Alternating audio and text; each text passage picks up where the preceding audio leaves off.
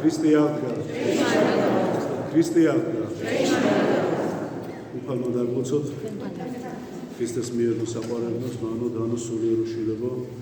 ეს არის კვირა ცხოვრება გილოცავთ ყველას, ანუ აღდგომის განახლება, ცოცხალი კვირა ცხოველი ბრძოლ ქართულში არ ცოცხალია და შესაბამისად ეს დღევანდელის აღდგომის მადლი თითოეულ ჩვენთანაც ახარებს, ფარავს და ძალიან გახარებულებად მე ყოველ შემთხვევაში ესე ვარ. იმიტომ რომ ეს აღდგომის სიხარული გრძელდება მთელი 40 წლის მანძილზე და ძველად საქართველოში ქრისტიანები ესაბამებდნენ ეს ყოველ დღე ქრისტე აღდგა. ამიტომ არის რომ ბევრი რაღაც დავიწყებას მისცა ადამიანებმა და ძალიან სამწუხაროა რომ ეს ძველი ტრადიციები და მინდა გითხრათ რომ ძალიან ლამაზი და ძალიან მართლა კარგია რომ ადამიანებს უკვე რაღაცა უფრო გაუფასურებულ მდგომარეობაში დაიყვანეს. აღდგომის განახლება ანუ ეს არის აღდგომის იგივე სიხარული პასკებს ისევ ისე აწყობენ, კვერცხებს ღებავენ და ანუ ეს სიხარული მიჰყვებათ ადამიანებს. ასევე ეძახიან ურწმუნო თომას კვირას, ხო? ხალხში გავრცელებულ, თუმცა აი რომ ვიქადაგებ მიხვდებით რომ აბსოლუტურად არაფერ შუაში არ არის თომასა წმენა ამ გამოთქმასთან, როგორც ზოგადად ესე ვთქვათ ადამიანები ამბობენ. მოკლედ მაცხოვარი გამოეცხადება მოციქულებს, ჩვენ ვიცით რომ გამოცხადება პირველი იყო მენელსაცხებლე დედებს გამოეცხადა რომ მივიდნენ ანუ აკლდამასთან სადაც მაცხოვარი იყო დასაფლავებული და პირველი რაც ყველაზე მთავარი აღსანიშნავია მე ზოგადად ძალიან დიდი მოწიწებით ვიხსენებ მენელსაცხებლე დედებს იმიტომ რომ საოცარი მოშურნეობა და სიმამაცე გამოაჩინეს და მიდიოდნენ და იმას კი არ დილით გამთენიისას იყიდეს ამ მენელსაცხებელი რომ ეს მათი წესი იყო ძველი აღმოსავლური რომ მიცვალებული უნდა გაეპატიოსნებინათ და იცოდნენ რომ იქ დარაჯები იყვნენ, იცოდნენ რომ ებრაელ მღვდელ მთავრებს ყავდათ დაყენებული ეს მეომრები და ამას არ ფიქრობდნენ. წარმოიდგინეთ მიდიოდნენ და იმას ფიქრობდნენ მხოლოდ რომ აი ეს ლოდი ვინ უნდა გადაგვიგოროს, დიდი ლოდით იყო დაბეჭდილი. და ახლა მე სათო მოვაყოლე და შესაბამისად ეჩვენა მათ პირველ დედებს და ეუბნება წადით და უთხარით პეტრეს და სხვა მოციქულებს რომ თქვენ ნახეთ ქრისტე დროებით დაუნგა. და აი ასე სახარება გვეუბნება ესე ვთქვათ შეფარებული ქონა თავი ერთ სახლში შიშისათვის ურიათა ასე იწყებს სახარება თრობას ამ სახარებისას და შევა მაცხოვარი დახშული კარით, ანუ დაკეტილი კარიდან დადგება მათ წინ და ეთქვის მშვიდობა თქვენთან. მოციქულები რა თქმა უნდა გაიხარებენ თავისი მოძღვრის მასწავლებლის და თავიანთი უფლის ჩვენი უფლის ხილვით, უჩვენებს მათ მაცხოვარი ხელებს, თავის დამჭამულ ხელებს, უჩვენებს გვერდს, რითაც განიგმირა ლახვით ფეხებს და დამოძღვავს რა თქმა უნდა. და უთხრობენ ამას თომა მოციქულს. ასეა სახარებაში, რა თქვა, მარჩვი, ანუ ტყუპის ცალი. ძველ ქართულად ესეა. და თომა რომ მოისმენს, ამბობს რომ ვიდრე ჩემი თვალით არ ვიხილა მის დამჭალულ ხელებს და არ ჩავყოფშილით, თიც არ დავადებ და მის ლახვით განგვერილ გვერდს და თიც არ ჩავყოფშილით მანამდე არ ვირწმუნებ. და კიდევ 8 დღის შემდეგ გვეუბნება წმინდა სახარება ისევ დახშული კარით შედის მაცხოვარი, დადგება მათ წინ ეუბნება მშვიდობას უსურვებს, უკვე თომაც იქ არის და შეგახსენებთ რომ შესაბამისად თომა არ არის პირველ ხილ ესე ვთქვათ მაცხოვრის გამოცხადებაზე და არც იუდა უკვე აღარ არის. ესე იგი 10 მოციქული იყო ამ შემთხვევაში. რამე თუ ისინი იდევნებოდნენ, იმიტომ რომ დევნიდნენ ებრაელი რაბინები და შესაბამისად მაცხოვარიც ანუ მიდის იქ სადაც ისინი არის. და ეუბნება თომას რომ მომეცი შენი ხელი და შემახე მე ნამსჭვალებზე და მომეცი ხელი ნახო ეს და დაადე იმ გვერდს, რომელიც ლახვით არის განმერილი და თომა აღმოხდება უფალი ჩემი და ღმერთი ჩემი და მაცხოვრებნო ნეტარი ხარ შენ რომ მიხილე, მაგრამ 10-ჯერ ნეტარნი არიან, ვისაც არ უხილი ვარ და იმად რწმენია. შესაბამისად მოძღვრავს მაცხოვარი, მას მოციქულებს ეუბნება თავიანთი საქმე, როგორც მათ არის შესასრულებელი და მე მინდა აღნიშნო, რომ მაცხოვრის ეს გამოცხადება, რომელიც თომა მოციქული არ იყოფებოდა, ესეც ნიშანდობლივია და ესე არ იყო უბრალოდ, იმიტომ რომ ამას შემდგომში მოგახსენეთ მე თქვენ და ეუბნება ესეც სიტყვებს, აი მე ხშირად მithkom სადღაც ქადაგებაში თუ მისმენთ, არ უცეთ თუ თქვენი გონება გაფანტული არ არის, ასეთ სიტყვებს ეუბნება. შებერა და მისცა სულიწმინდის მადლი და ეუბნება. ვისაც მიუტევებ ცოდებსო, მიეტევება და ვისაც შეიპყრობ შეპყრობანიშნავს, არ მიტევებას უკვე ბოროტის როა ისევ და ის შეპყრობილი იქნება. ეს არის უდიდესი სულიწმინდის მოქმედება, რომელიც მაცხოვარმა მისცა მოციქულებს, მოციქულებმა ეპისკოპოსებს და ეპისკოპოსების ხელიდან უკვე უდლებს, რომელსაც რაც არ უნდა გვდელი არ მოგწონდეს, აგინებდე, ლანძღავდე, შენთვის შეუფერებელი და მიუღებელი იყოს, მას აქვს ეს ხელმწიფება. ასე რომ, ვისაც გონება აქვს და ფიქრობს, უნდა იფიქროს იმაზეც, რომ ის ხელმწიფება, რაც მას ქრისტე მისცა, რატო შენ არ მოგცა? აი იონე ოქროპირის სიტყვა ძალიან კარგი მდულობასთან და წაიკითხეთ, მე ბევრჯერ მითქვია, იკითხეთ, ამით არ დაზარალდებით. ჭორეობით და გაკითხვით დაზარალდებით და კითხვით და ცოდნით არ დაზარალდებით. და შესაბამისად, აი ეს დაუტოვა, რასაც დღემდე 21 საუკუნეა მართლმადიდებელი ეკლესია და მისი ხელდასმულები, მოქმედება.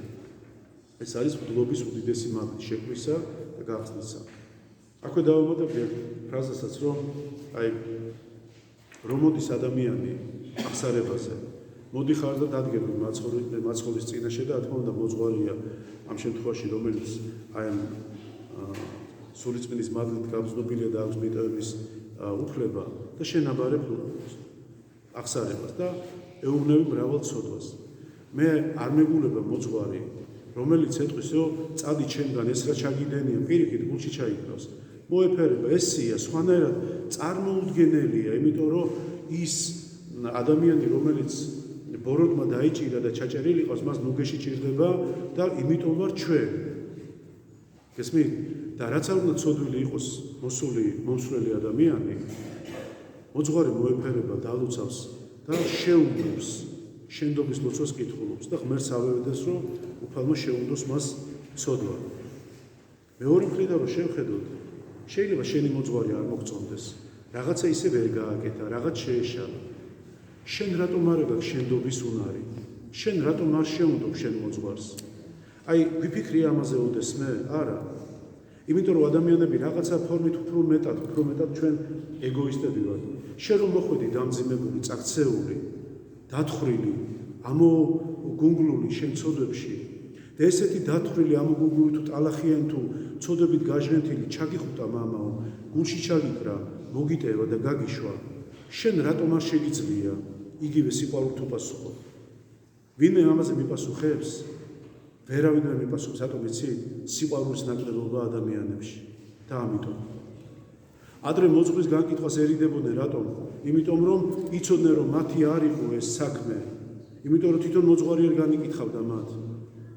როცა მოდის ადამიანი აღსარებელი, მოძღვარი არ განიკითხავს, არ ეუბნება შეესე თუ ეგ როგორ გააკეთე პირიქით, ნუ გეშინია. აღარ გააკეთო, შეინანე და უფალი მოწყალია და მსგავსი სიტყვები. და ამ დროს ადამიანი როგორ ექცევა თავის მამას, მასწავლებას, მოძღვარს დაუნდობლად, მართლა დაუნდობლად. როცა მე ადრეს თქვი, რომ ერთადერთია, ხა ეს ფერისი არ გამიგოთ აქედან ამბობიდან მოძღვრის ქებადიდებას მოყვები, თუმცა ესეც არის, რომ ეს არის თქვენი მოძღვარი, რომელსაც თუ რაღაც ისეთი არ არის და არ მოგეწონეს ადამიანური ესე ვთქვათ თვისება, რომელიც მასში არ მოგეწონა, ხო? შენც უნდა მიუტევო, უნდა ილოცო მისთვის. აუცილებელია, იმიტომ რომ ეს ორივე ერთად ლოცვა და სიყვარული ერთსაც სასუფეველში შეიყვანს და მეორესაც შეიყვანს სასუფეველში. მღვდელი იმით არ არის დაზღვეული, რომ მღვდელია და აუცილებლად სასუფეველში შევა, არა. მას არა მდლობის ესე ვთქვათ კაბა აცხონებს ან შესამოსელი, არამედ თავისი საქმეები, როგორც ნებისმიერ ადამიანს.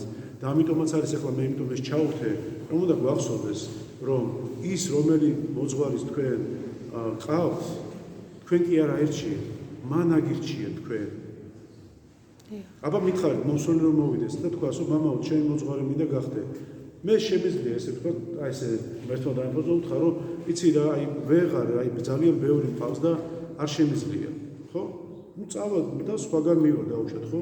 მაგრამ რაც არ უნდა ბევრი იყოს და რაც არ უნდა მოძღვარი ესე ვთქვათ უჭირდეს, ეს მისი პირდაპირი საქმეა. დამწყსოს ის, ვინც ქრისტემ ჩააბარა და მიიყვანოს იმ დანიშნულების ადგილამდე, იმ ნავსაყუდლამდე, რომელიც ანუ აი ღელოგვებულთა თვის არის მოძებული ეს საიდუმლო. რაც შეეხება დღევანდელი სახარებით, ანუ კიდე რამოდენიმე სიტყვით მოგმართავთ, რომ ნუ ამას ეგრძალეთ, იმიტომ რომ იცით რა აქვს მიცემული სასულიერო პირს. თუნდაც უბრალო ესე დავარქვათ, მღვდელი, უბრალო რა მნიშვნელობა ის უკვე ხელდასხმული. მე ვთქვი რომ ეშინოდათ მოციქულებს, რამე თუ რისი ეშინოდათ, ანუ იმის კი არ ეშინოდათ, რომ ვიღაც მოკლავდა ეს უკვე მათ იცოდნენ, იმიტომ რომ ისინი ქრისტეს მოძღვრებას ქადაგებდნენ და ამიტომ მაცხოვარი მათთან აღარ იყო. ყველაზე დიდი ძალა მათთვის იმედი და ამიტომაც არის რომ შეკრებილები არიან და შედის მაცხოვარი. ნუ აღარ გავიმეორებ იმასაც უკვე თქვი და მინდა ვისაუბრო თვითონ იმ რომარობაზე, რასაც ქვია თომას რწმენა თუ ნაკლებ მორწმუნეობა, რასაც ხალხში ძალიან ცუდად გაუსვეს ხაზი და რადგანაც დამკვიდრდა ესე. თომა მოციქული მოგეხსენება თქვენ, რომ ნებისმიერი მოციქული უნდა წასულიყო და ერთადაგად ქრისტეს სიტყვა სხვადასხვა ქვეყნებში, მსოფლიოს. თუ გახსოვთ აბა თომას რომელი ქვეყანა ხვდა წილად? ინდოეთი, კი ბატონო. კი ბატონო, ინდოეთი, სადაც უნდა ეკადაგა ღვთის სიტყვა. ნახეთ ახლა უბრალო ადამიანური ენით რო ვთქვათ. როგორ გამოვიდოდა ესე, როგორ გამოიყურებოდა დაუშვათ ამ მიმართულებით. ეუბნებიან თომას რომ ქრისტე ვიხილეთ ჩვენ ამდგარი და მოვიდა. ვიხილეთ, დაგმოძღვრა. პეტრე წავა რომში, დაუშვათ ის წავა იქ და მიდის ეს ინდოეთში. ხალხში, სადაც დღემდე კერძა თაყვანისმცემლები არიან. ხალხში, სადაც ნუ არ ვიცი, მრავალ ღმერთიანობა დღე, ახლა მაგალითად მოდი თქვა. აქ რო შემოვიდა ანდრია პირველწოდებული, ქართველებმა თითი მოაჭამეს, ესეთი ისენია რა ქვია. კანიბალიზმი იყო, კი ბატონო. კი, სამეგრელოში მithumetes აი ეს რო არის რა ქვია, ჭყონდიდი როა, ჭაში რო შვილებს წირავდნენ. ნუ ძახა რა თქვინათ, ეხლა ჩვენიც უნდა ვთქვათ კაცო, ჩვენ კი ვართ ერი, რომელიც დღეს ქრისტეს გზაზევთ, მაგრამ მანამდე ვიყავით საშინელი თაყვანისმცემლები, ხო? ბარბაროსები, რა ვიცი მე ხო ხა არის ცნობები რომ მოციქულს მოაჭამეს თითი. ხო და რა გავაკეთო ახლა? ამიტომ არის რომ აი ესეთ ადგილზე მიდის და ნუ მთელი უბედურება უნდა გადაიტანონ მოციქულებმა, იმიტომ რომ ღვთის სიტყვის მიღება ესე ადგილი არ არის, ხო? მიდიხარ ადამიანებს, რაც არს გავგედა რა, უნდა დაიწყო ახსნა, რომ იცით რა, იშვა კაცი, ღმერთკაცი, რომელიც სადაც კი არ იშვა სახლში ან სასახლეში, სადაც გამოქვაბულში ბაგაში, რომ ის ღმერთია, რომ ცაზე იყო დავითის ვარსკვლავი, რომ ეს იყო დევნაში ეგვიპტეში, ხო, ნუ წარმოიდგინეთ, ახლა მთელი სახარება უნდა იქადაგოს. და ეს მოციქული თომა, რომელიც იქ არ ესწრებოდა, მე თუ მკითხავთ, ან მართებულია მისი მოთხოვნა, ნახეთ და გეტყვით რატომაც.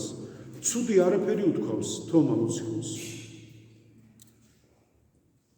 არავინ არ იფიქროს, რომ ეს არის იმით გამოწვეული, რომ სხვა მოციქულებმა იხილეს და თომამ არა. მას სჭირდება მყარი არგუმენტი, საფუძველი, რომ მიდის, რომ გამართულად თქვას ღვთის სიტყვა. მან იცის, რა თქმა უნდა, იცის, რომ ქრისტე აღდგა. იცის, იმიტომ რომ მომსწრია ყველაფრის, რასაც მაცხოვარი აღასრულებს და სასწაულებს. ადამიანებს კვეთით აღდგომა, ბრმების თვალის ახილვა და დავდომილის განკურნება, მთელი რაც კი მაცხოვარმა გააკეთა, მაგრამ ნახეთ, რომ მივა და დაიწყებს დავუშვათ ინდოეთში. იცით რა? აი მე მინდა იმ კაცზე მოგითხოთ, რომელიც მერტკაცია და ასე შემდეგ და რო ეკდა შენ მიხილებ ერთ აღდგომა, იცი მე არ მიხილია. რაღაც ცოტა ისეთი თემაა, ხო, ამიტომ ბუნებრივია და ლოგიკურია მისი მოთხოვნა მაცხოვარს ეუბნება, რომ ითხოვს ამას, რომ ვიდრე არ ვნახავ იმ დამსჭვალულ ხელებს და იმ გვერდს, რომელიც ლახვარმა განგვირა, მანამდე მე არ ვირწმუნებ ამისას. ოღონდ იმაზე არა წეღანს თქვი მესაუბარი, რომ ის მაცხოვარი იყო თუ არა. და ნახეთ, ივანე უხრუპირი თავის ერთ-ერთ ქადაგებაში ასეთ რამეს ამბობს. მადლობა თომა მოციქულსო ამისთვისო, რამე თუ იმისმა იმ მომენტში ურწმუნებაა, მე დიდი მორწმუნე გამხადაო. გესმით? ამიტომ არის რომ ხალხში გაჟღერებული რომ ურწმუნო თომას კვირა ეს არ ნიშნავს რომ თომა ურწმუნო იყო პირიქით და მაცხოვარი იქროვნება რომ ნუ იქნები ურწმუნო. ნახეთ, ამით მაცხოვარი ხაზს უსვავს იმას რომ თომას ისინი ჯერა თუნდაც აი ამ ცოცხალი რწმენით შეეძლო რომ თუნდაც არ ეხილა ამ იმ შემთხვევაში მაცხოვარი და მას ესე ვთქვათ გზა ქონოდა ინდოეთისკენ საქართველოს აი ეს ცოცხალი რწმენა რასაც მე ხშირად თქვენ გიქადაგებ და ეკლესიიდან ჟღერს ყოველთვის დედა ეკლესიიდან თუ ცოცხალი რწმენა არ გააჩნია ადამიანს თქვი რომ მორწმუნე ხარ თქვი რომ წამს საქმე თუ ვერ დაამტკიცე ეს მტკიცებულებად არ ივარგებს ხო ესეა ამიტომ არის რომ მე დამკვიდრდა და ეს რატომაც ადამიანებში და ასე შემდეგ იმიტომ დღეს მოიხსენეთ ასე დღევანდელ დღეს ანუ ურწმუნო თომას კვირას არანაირი ურწმუნო თომა არ იყო პირიქით თომა მოციქული უდიდესი და ყველა მოციქული ნუ და გავწყდებათ მოკლეს გარდა იოანე ღვთისმეტყველისა წამებით მოკლეს და ამიტომაც არის რომ მათ იცოდნენ რაზე მიდიოდნენ მათ ეს ჰქონდათ რამე თუ პეტრესაც ეუბნება მაცხოვარი რომ ვიდრე ჭაბუკი იყავიო შენ სადაც გინდა იქ წახვიდოდიო მაგრამ როგორც კი მოგერდებიო შენ აღარ შეგეკითხებიანო წაგიყვან და აუწყე და იმ სიკვდილს რომელიც სიკვდილთაც უნდა მომკვდარიყო პეტრე და ვიცით ჩვენ ანუ პეტრე როგორ დაისაჯა და ასე შემდეგ აქედან გამომდინარე დღევანდელი დღე ანუ რომელსაც ჩვენ დღეს კვირაცხოვლობას ვეძახით და ვზეიმობთ ანუ აღდგომის განახლებას თან ამავე დროს მოციქულების მიერ ანუ ხილვა მაცხოვრისა რომელიც იხილეს და უფრო აი როგორი თემა ეს ახლა მაგათად წარმოიდგინეთ უფრო რომ რაღაცა გითხრეს ადამიანს და იცი რა თქმა უნდა გჯერა და გიხარია მაგრამ ეს რო წარმოიდგინო ხილულად შენი სიხარული გაასმაგდება ხო ესეა გაათასმაგდება და უსაზღროდ დიდი გახდება ამიტომ არის რომ აი ეს ჭირდებოდა და იმიტომაც იყო რომ მიდის ქადაგებს და კი არ მარტო ქადაგებს ანუ ინდოეთში აი მუცხვ ქვეყანაში თაყვანისმცემლებშია თუ კანიბალებშია ჩადის და ღვთის სიტყვას ქადაგებს რომელიც იქ დაიგესა და არიან კაცოი ქრისტიანები და ანუ არიან ანუ ქრისტეს ესე ვთქვათ მიმდევრებს როგორც სხვა ყველა ქვეყნებში უფალმა დაგლოცოთ რა ვარ დაესწარეთ რა ვარ პირად ცხოვრებას დაესწარეთ